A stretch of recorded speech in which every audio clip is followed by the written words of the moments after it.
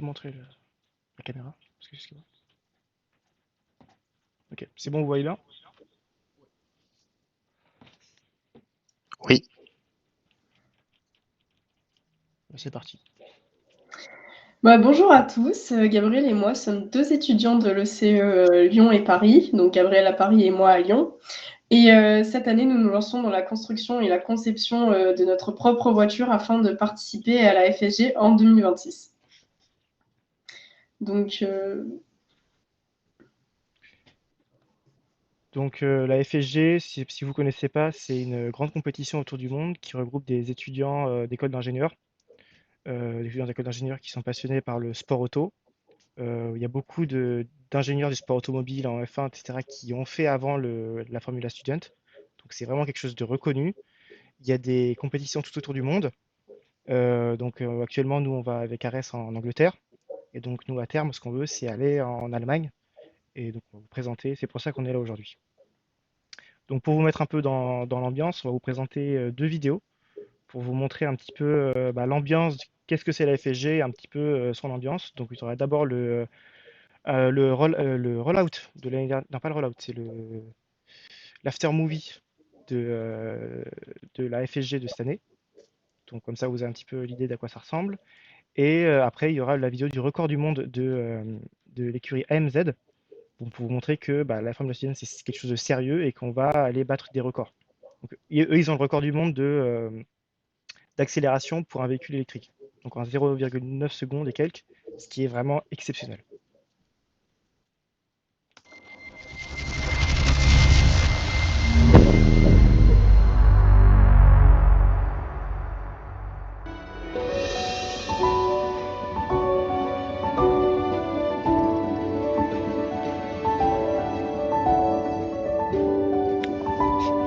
Tu veux pas faire le bruitage, Gabriel? Y a pas de con. Il veut pas.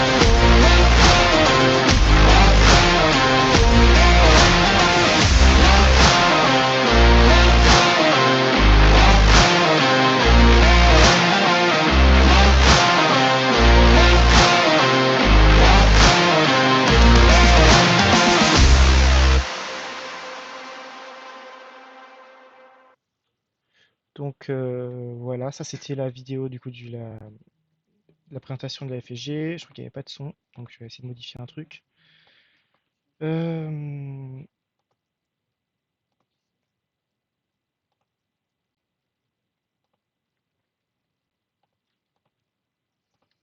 Et voilà.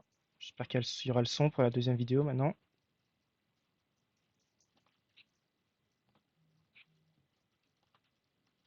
Donc maintenant je vais vous montrer la deuxième vidéo de AMZ.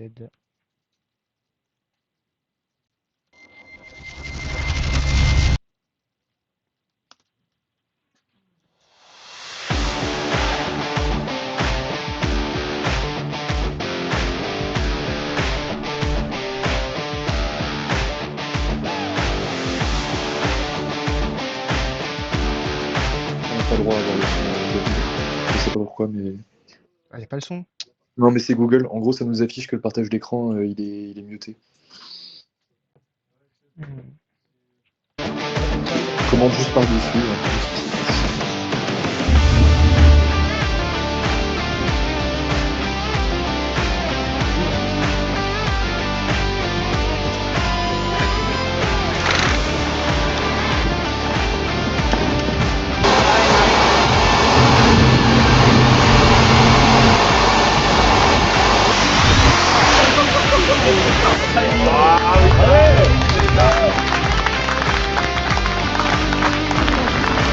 Donc là, en fait, c'est le pays AMZ qui a fait une grande accélération, enfin une rapide. AMZ, c'est une appli différent comment qui a beaucoup développé du coup sur sa voiture. Donc notre objectif, ce serait directement d'essayer d'être leur concurrent.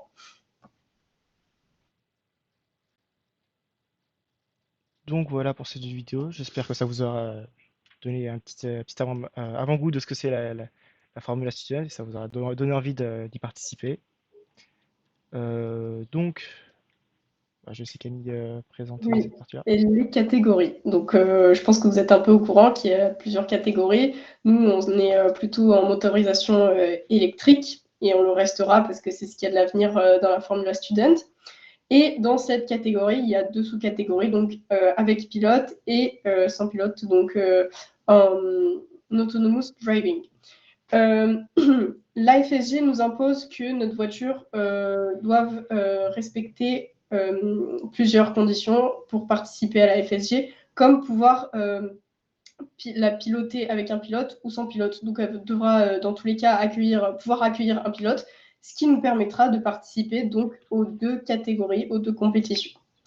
Donc, on pourra faire un peu plus de bruit dans ces catégories.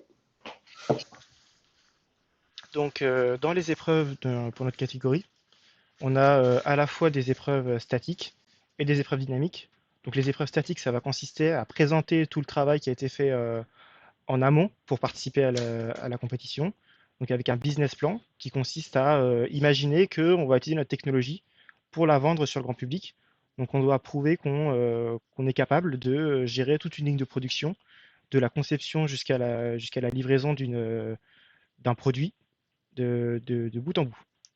Cost and manufacturing, ça sert à prouver qu'on est capable de maîtriser absolument toutes les dépenses et toute la façon dont on a créé notre voiture. Pour vraiment, le but, ça, en fait, c'est dire qu'on a été le plus loin possible sur les pièces qu'on a utilisées dans notre voiture et comment on les fabrique. Et pour l'engineering design, bah, c'est tout simplement expliquer quelle méthode on a utilisée pour fabriquer la voiture. Dans les épreuves dynamiques, donc il y a l'accélération, comme vous avez vu, le but c'est aller le plus vite, hein, typiquement faire comme a fait AMZ dans la vidéo que vous avez vue. Un track drive, donc c'est faire le tour de la piste. Le skid pad, c'est une espèce de 8 dans lequel il faut faire deux tours de chaque cercle du 8. L'autocross, qui est aussi un tour d'un circuit. Et l'endurance et l'efficiency, qui est une des épreuves les plus réputées parce que c'est celle-là que le moins d'équipes réussissent, qui consiste à faire à rouler la voiture pendant environ 20 km, ce qui paraît assez peu, hein, mais pour des voitures qui ont été conçues assez rapidement et avec pas forcément beaucoup de moyens, c'est une épreuve qui est assez difficile. Donc cette épreuve de la Formula Student Germany va se passer sur le circuit de Hockenheim en Allemagne, donc qui est pas loin de la frontière française. Et c'est en fait la compétition la plus réputée de Formula Student au monde, tout simplement. Parce que les Allemands ont beaucoup de moyens et beaucoup de savoir-faire pour concevoir des véhicules de course. Alors, bon, je pense que vous connaissez un peu déjà Ares puisque vous êtes membre. Donc, cette association a été créée par Thomas Rebaudet en 2021. Donc, Ares, c'est la première écurie française en autonomous driving. Elle a été classée donc 9e sur 20 l'année dernière à la FSUK. Pour la première participation, c'est énorme. Donc, ils ont reçu la meilleure place pour la première participation et c'est très prometteur parce que cela pourrait dire qu'on pourrait peut-être tenter la victoire en 2024. Et je laisse la parole à Gabriel pour les stratégies. Donc pour la stratégie, comme vous le savez, l'année dernière, on a participé à la Formula Student UK, où on a eu de très bons résultats, comme vient de le dire Camille. Et maintenant qu'on a obtenu des très bons résultats à la Formula Student UK, on a envie de se diversifier, d'aller encore plus loin dans la conception d'une voiture de course, en participant à la Formula Student Germany, comme là on lance le projet actuellement, pour l'horizon 2026. Et aussi, on souhaiterait participer à l'IAC, donc IndyCar Autonomous Challenge. Donc, c'est des IndyCars autonomes, tout simplement. Et la 2RL, qui est une autre compétition, une ligue qui se crée aux Émirats Arabes Unis, qui est la première ligue professionnelle de véhicules autonomes. Donc, pour la méthodologie de ce projet, on effectue la méthodologie de cycle en V comme nous l'enseigne le CE depuis toujours pour nos projets. Ça va nous permettre en fait de faire moins d'erreurs et de perdre moins de temps. Parce que pour la conception de véhicules comme ça, il faut être très efficace. Comme l'avait dit Gabriel tout à l'heure, voilà, il faut que ça tienne la route, mais en même temps, il faut que ce soit fait rapidement. Et donc, actuellement, on est vraiment au tout début du projet. Donc, c'est la phase 1. Donc, actuellement, ce qu'on fait et ce que vous ferez en rejoignant le projet, c'est aller étudier la concurrence et en même temps étudier le règlement. Donc, par exemple, donc pour le benchmark de la concurrence, actuellement, ce qu'on a, c'est un Excel. Donc, on a déjà une partie qui a été faite, mais elle n'a pas été mise dedans. Où on aura la liste du maximum d'équipes possibles, avec le maximum de catégories possibles, pour qu'on ait vraiment, et qu'on mette dans chaque case, bien sûr, correspondante ce qu'a fait cette équipe-là pour cette partie-là, pour que on ait le plus d'informations possible sur comment on fait une voiture de course et comment on fait une bonne voiture de course. Parce que dedans, on aura principalement des écuries qui sont performantes. Donc on verra quelles solutions utiliser, quelles solutions à favoriser. Et aussi en même temps, on devrait étudier le règlement de la Formula Student Germany, parce que c'est important, on va y participer. Donc ce que vous ferez en rejoignant le projet, ce sera déjà on vous donnera une partie du règlement à aller analyser. Donc c'est pas la partie la plus drôle du projet, on va pas se cacher, mais elle est nécessaire pour avoir une bonne conception du véhicule. Et donc vous aurez une partie vous devrez euh, transformer ces points du règlement en des exigences pour le cahier des charges qu'on écrira plus tard. Ce cahier des charges, on l'écrira dans la phase 2. Donc, comme vient de le dire Gabriel, la phase 2, c'est la rédaction du cahier des charges. Donc, pour ça, on va se servir du règlement et aussi du benchmark de la concurrence. En fait, cet été, on s'était déjà mis un peu au travail en étudiant, en faisant un état de l'art de ce que faisaient les équipes les mieux classées. Et pour tout de suite être dans une bonne dynamique et pouvoir être très vite compétitif et, et taper dans le haut du classement. Et ensuite, avec le cahier des charges qu'on aura écrit, on pourra du coup passer à la phase vraiment qui va devenir beaucoup plus intéressante avec la conception du véhicule. Donc pour la conception, on va utiliser plein de logiciels de conception et de simulation comme Katia et Altium. Ça, on est sûr de les utiliser. C'est déjà prévu. On aura de très nombreux autres logiciels que vous apprendrez. Je suis sûr qu'à la fin, vous serez vraiment expert sur ces logiciels-là. Ce sera vraiment un gros plus à mettre sur vos CV. Et même le fait de participer à un projet aussi long et aussi complexe que celui-là, ça vous apportera vraiment quelque chose, je pense, plus tard. Et donc la phase 4, après avoir vraiment étudié tout ça et avoir essayé de faire des trucs sur Katia et les autres logiciels, on obtiendra le modèle 3D final. ce qui va nous permettre ensuite de construire nos pièces pour ensuite les assembler sur la voiture. Donc pour construire nos pièces, il va nous falloir forcément des ateliers. Donc ça, on est encore en recherche, mais je pense que ça va venir puisque comme nous sommes la seule écurie française en autonomous driving, je pense que les autres écuries auront le sens du partage peut-être pour nous aider à construire notre voiture. Et pour la phase 5, donc ce sera l'étape finale en fait où on va assembler la voiture. Vraiment, on va apprendre aussi des techniques de mécanique, donc comment je sais pas, on monte un pneu, je sais pas, comment on soude par exemple pour si on fait un châssis tubulaire, imaginons. Pour ensuite, et ensuite on va la mettre au point la voiture, donc il y aura une grosse phase de test avec le but ce sera de faire rouler le plus possible la voiture pour obtenir les réglages les plus performants et aussi les plus efficients sur l'endurance. Et ensuite on ira à la compétition pour l'horizon 2026. Alors voilà, donc le projet est vraiment ouvert à tous les membres de ARES, quelle que soit l'année, l'expérience et le campus. Voilà, parce que bon, je suis à Lyon, voilà.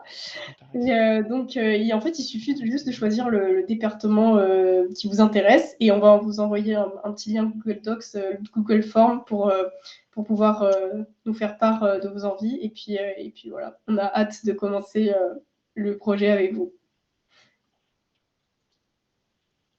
Donc merci de nous avoir écoutés. Si vous avez des questions, n'hésitez pas. Et puis là, vous avez un petit QR code qui vous emmène vers un formulaire pour rejoindre le projet, pour vous inscrire dessus. Comme ça, on sait déjà qui est partant, quoi. Après, si vous avez des questions, n'hésitez pas.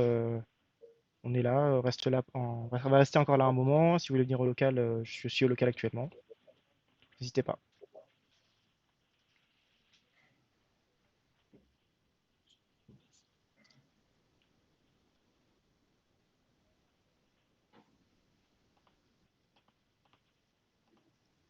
Hop, je vais vous laisser le QR code juste. Hop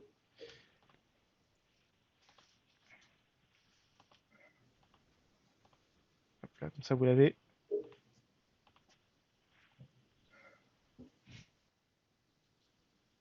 Voilà.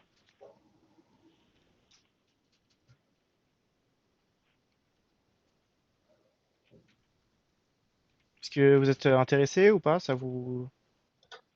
Ouais, juste, c'est quoi enfin, les différents pôles exactement, Ouais, je peux te les le remettre ici. contenu à l'intérieur? Donc le pôle châssis, donc ça va être penser à toute la conception du châssis. Donc en fait, le châssis, dans le règlement, tu as plein d'exigences sur sa solidité surtout, et un petit peu sa forme pour éviter que si jamais la voiture se retourne, que ça détruise la tête du pilote, bien sûr. Donc ça va être de penser à tout ça, et aussi de penser à comment assembler par exemple les suspensions dans ta voiture. Il faudra aussi penser à faire une place pour le pilote, etc. Aussi les batteries. Donc ça va être réfléchir à tout ça. Est-ce que ça te paraît clair ou tu veux plus de Oui, oui, précision? c'est très, très clair. Et la suite après? La suite, c'est donc aérodynamique carrosserie. Donc ça va être toute la partie qui va être de s'occuper des ailerons avant, arrière et peut-être des déflecteurs sur le côté. Et si ça c'est dans le cas où on aurait uniquement un châssis tubulaire, un châssis carbone, parce qu'un châssis carbone, en fait, t'as pas de, ton châssis et ta carrosserie sont assemblés ensemble, sont vraiment fusionnés, c'est une monocoque. Ok. Donc à ce moment-là, tu n'aurais pas tellement de. Tout serait un bloc. Et si jamais on a un châssis tubulaire, donc il faudra aussi que tu penses à ce moment-là à la carrosserie. Donc comment tu vas habiller ta voiture et aussi peut-être la décorer. Ok. Pour l'électronique, c'est l'électronique de basse puissance. Donc ce qu'on apprend totalement à l'école, hein, donc avec les FPGA, ce sera le logiciel intégré par exemple au volant. Ce sera peut-être l'électronique pour contrôler les pédales. Je crois que ça rentre dedans. Donc tout ce genre de choses-là. L'électronique de puissance, ça va être tout ce qui va sortir des batteries haute tension. Donc principalement ce qui va être redirigé vers les moteurs en fait. Il me semble que ça ne concerne que ça. Donc ça va être le contrôle de l'énergie entre les batteries et les moteurs. Et pour la liaison au sol, ça va être de s'occuper de toute la partie suspension, direction et frein. Donc, si tu peux voir sur les voitures, c'est ce que tu vois sur les côtés là. Ok, merci. Donc après, c'est comme pour le projet en globalité, si vous rejoignez un pôle et que par exemple ça vous intéresse pas du tout en fait, il n'y a pas de problème, vous pouvez changer. Et même si le projet, vous voulez le rejoindre et puis que vous vous rendez compte que ça vous intéresse pas du tout, il n'y a pas de problème. Juste venez nous en parler et puis on va trouver une Ok. solution. Vous vous engagez jamais à partir jusqu'en 2026 avec nous en fait. Ok, super, merci beaucoup. Alors, je vois qu'il y a une question. Enfin, Alexandre, tu as levé la main. Tu as une question? Ouais, j'avais une question. Je voulais savoir qu'est-ce qui est le mieux pour commencer quand on débute quand on débute les projets. Enfin, dans les catégories qui sont proposées dans les départements. Ok. En fait, je t'avoue que vraiment l'expérience, enfin, elle nous importe peu parce que même nous, on n'est pas experts, donc on va apprendre sur le tas. Il y aura des experts pour nous aider. Donc franchement, si tu veux choisir un département, fais en fonction de ce qui te plaît en fait. Si tu détestes l'électronique, fais pas électronique. Si tu préfères plutôt l'aérodynamique, tout ce qui est physique, tout ça, tu peux Putain, faire mais dis-toi, j'avais de ton c'est de la l'aérodynamique. merde. Ou même les lésions au sol, tout ça. Ok, merci. Ouais, faut vraiment, prenez vraiment ce qui vous plaît dans les départements, mais vraiment ne considérez pas la partie vous ne savez pas faire parce qu'on va tous apprendre différentes choses. Donc c'est vraiment l'expérience, elle compte vraiment pas du tout. Ni ce que vous savez faire ou quoi, peu importe, ça n'a aucune importance. On va tout réapprendre.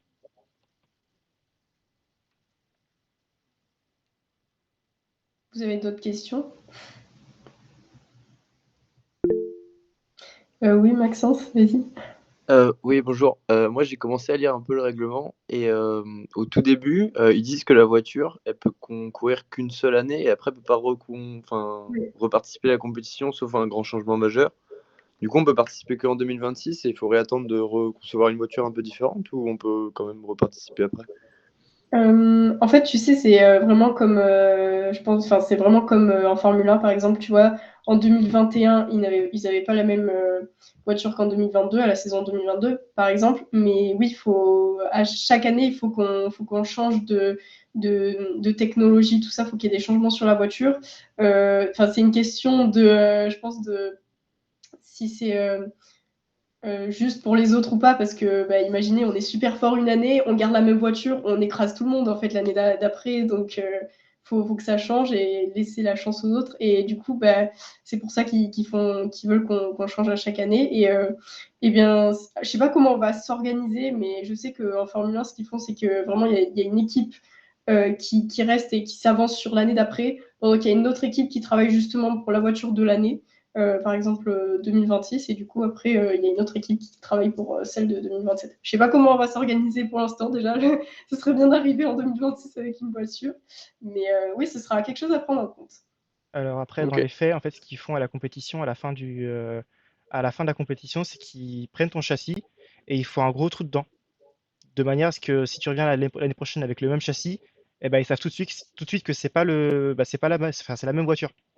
Donc en fait, ce que tu as à faire, simplement, entre guillemets, c'est changer le châssis. Tu peux rester toutes les autres pièces, mais le châssis doit être neuf. C'est comme ça qu'ils peuvent savoir, en fait. Ok. Et niveau organisation, du coup, ça veut dire que si on participe en 2026 et qu'on veut reparticiper, on reparticipera dans 2 ans, donc en Ah, on peut participer 2028 toute l'année ou suivante, juste ce qu'on a à faire, c'est faire un nouveau châssis. faire un nouveau châssis. Ok. Juste un nouveau châssis, c'est tout. Ok, merci.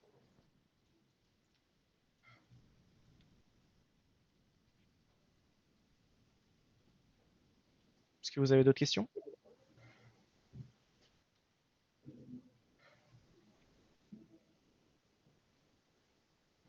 N'hésitez pas, hein, on est là pour ça.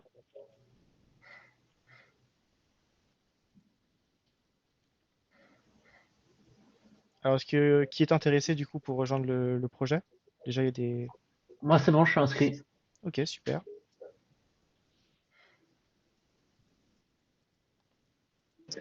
J'ai une question par rapport au QR code. Est-ce que vous avez un lien? Parce que je suis sur téléphone et je peux pas scanner du coup. Ouais, on va te donner le lien tout de suite.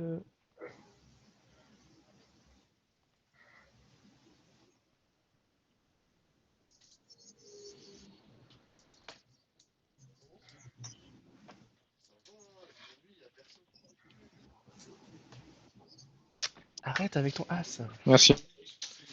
Ah, tu l'as envoyé, Camille? Non, j'ai pas le lien. J'ai pas le lien, c'est toi qui l'avais, je crois. Ok.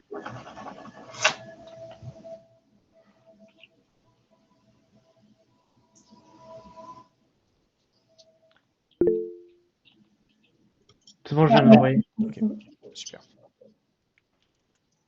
Merci.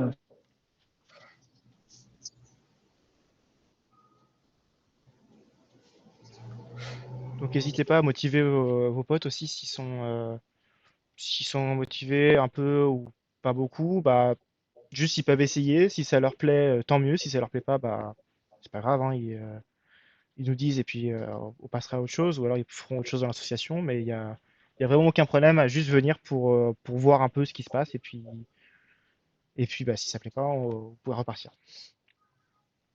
Ok, c'est cool, ouais, je vois dans les commentaires qu'il y en a quelques-uns qui sont motivés.